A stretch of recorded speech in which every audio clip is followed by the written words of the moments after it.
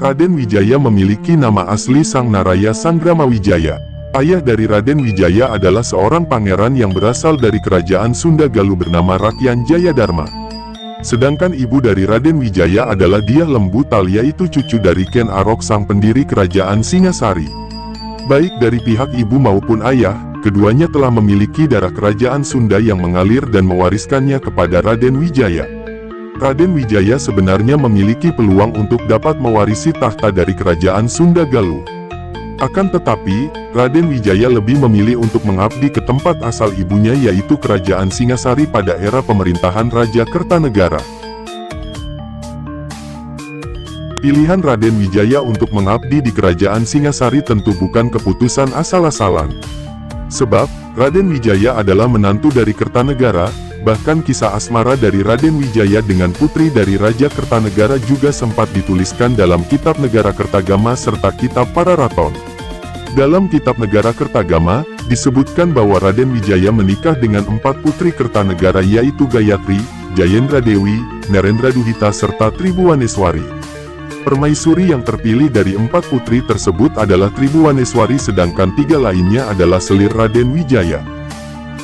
Namun dalam Kitab Pararaton, disebutkan bahwa Raden Wijaya hanya menikahi 2 dari putri Kertanegara.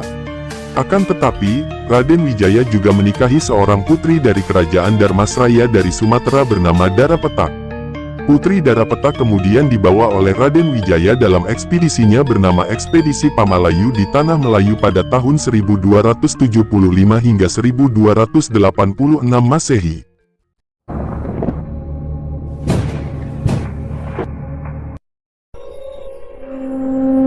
Dari pernikahan dengan Darapetak, Raden Wijaya memiliki seorang putra yang ia beri nama Jayanegara. Akan tetapi menurut Prasasti Sukamerta serta Prasasti Balawi, Jayanegara adalah putra dari Raden Wijaya dengan permaisuri Tribuaneswari.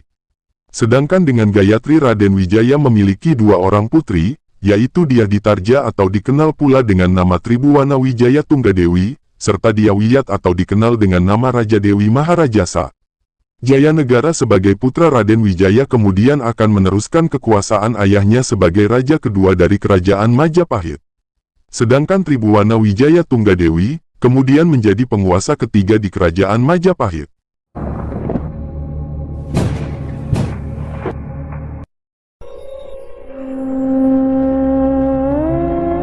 Kisah Raden Wijaya gagal menyelamatkan Singasari.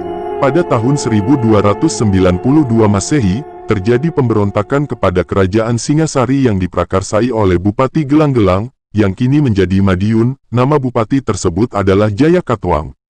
Dalam Kitab Pararaton dikisahkan bahwa Jayakatwang mengirim pasukannya bernama Jaran Buyang untuk menyerbu kerajaan Singasari dari arah utara. Kemudian Raja Kertanegara yang mengetahui rencana Jayakatwang pun memerintahkan menantunya yaitu Raden Wijaya, untuk memimpin pasukan Singasari yang bertujuan untuk menangkal serangan dari Jayakatwang. Namun, pergerakan dari pasukan Jaran Buyang hanyalah taktik dari Jayakatwang semata.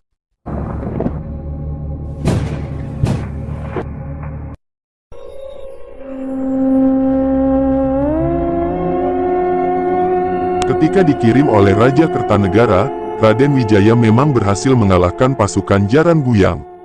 Akan tetapi, Jaran Buyang adalah pasukan kecil yang dikirim oleh Jayakatwang sebagai pengalihan agar pertahanan di ibu kota Singasari yang kini adalah Malang, kosong oleh pasukan. Jayakatwang yang cerdik pun lantas segera mengirimkan pasukan yang lebih besar ke Singasari. Karena sebagian besar dari kekuatan militer Singasari dipimpin oleh Raden Wijaya tak kunjung kembali, pasukan kedua Jayakatwang pun akhirnya berhasil menduduki istana Singasari, bahkan Raja Kertanegara terbunuh dalam pemberontakan tersebut. Di sisi lain, pasukan yang dipimpin oleh Raden Wijaya telah tercerai-berai usai mengetahui bahwa Singasari jatuh dan Kertanegara telah tewas dalam pemberontakan. Bersama para pengikutnya yang masih setia dan beberapa pasukan tersisa, Raden Wijaya kemudian melarikan diri ke dalam hutan di sekitar Sungai Brantas.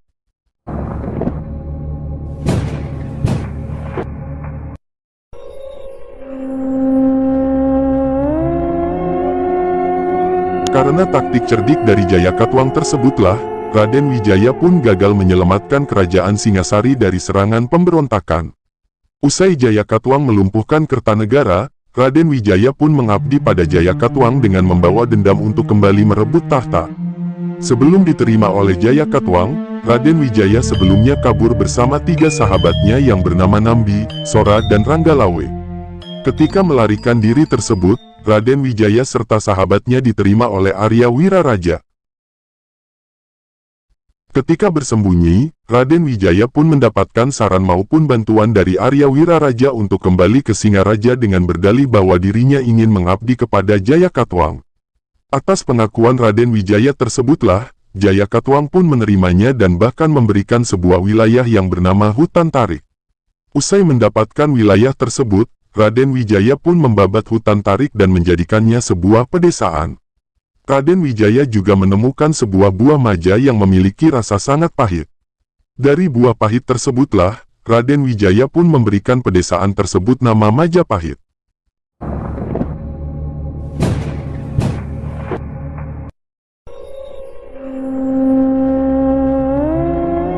Meskipun mengaku ia akan mengabdi, Raden Wijaya masih memiliki dendam pada Jayakatwang, dan memiliki kesempatan ketika pasukan Mongol yang dikirimkan oleh Kubilai Khan datang untuk menghukum Kertanegara.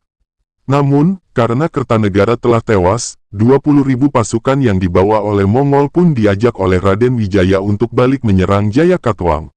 Raden Wijaya mengaku bahwa apabila meraih kemenangan, maka ia pun akan tunduk pada Kubilai Khan. Namun usai berhasil menyingkirkan Jayakatwang, Raden Wijaya pun langsung menyerang pasukan Mongol. Serangan mendadak tersebut kemudian membuat pasukan Mongol memilih untuk meninggalkan Jawa saat itu.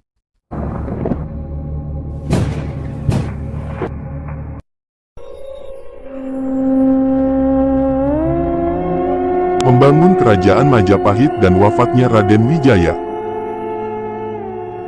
Dari wilayah yang diberikan oleh Jayakatwang tersebutlah sebuah desa bernama Majapahit bentukan Raden Wijaya muncul dan akhirnya menjadi sebuah kerajaan besar. Desa tersebut berada di dekat Sungai Brantas yang aliran airnya melalui beberapa daerah di Jawa Timur seperti Blitar, Malang, Tulungagung, Jombang, Kediri bahkan hingga Mojokerto. Sungai Brantas sendiri adalah sungai terpanjang kedua yang ada di Jawa setelah Bengawan Solo. Usai berhasil mengalahkan Jayakatwang bersama pasukan Mongol dan mengusir pasukan Mongol, Raden Wijaya kemudian mendeklarasikan berdirinya Kerajaan Majapahit pada tahun 1293 dengan pusat pemerintahan berada di Mojokerto. Ketika mendeklarasikan Kerajaan Majapahit, Raden Wijaya kemudian menjadi raja pertama dengan gelar yang ia dapatkan adalah Kertajasa Jayawardana pada tahun 1293 hingga tahun 1309. Kerajaan Majapahit yang didirikan oleh Raden Wijaya pun berhasil berkembang menjadi sebuah kerajaan besar dan memiliki wilayah yang luas sebab Raden Wijaya pandai mengambil hati para penduduk dari Daha serta Tumapel. Pengikut Raden Wijaya yang setia pun turut berperan dalam mendirikan Kerajaan Majapahit, dan kemudian diangkat oleh Raden Wijaya sebagai para pejabat tinggi dalam pemerintahan di Kerajaan Majapahit. Akan tetapi, masa pemerintahan Raden Wijaya diperkeruh oleh hadirnya seseorang bernama Mahapati yang gemar mengadu domba.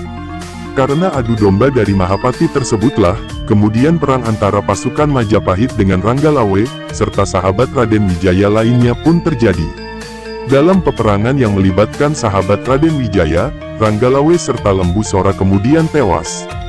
Lalu menurut Kitab Negara Kertagama, Raden Wijaya pun meninggal pada tahun 1309, usai 16 tahun memerintah dan menguasai Kerajaan Majapahit. Untuk mengenang Raden Wijaya sebagai pendiri dari Kerajaan Majapahit, Raden Wijaya kemudian dijadikan candi di Antahpura, dengan arca Jina, serta disimping dengan arca Siwa. Setelah Raden Wijaya wafat, putranya bernama Jayanegara pun mengambil alih tahta.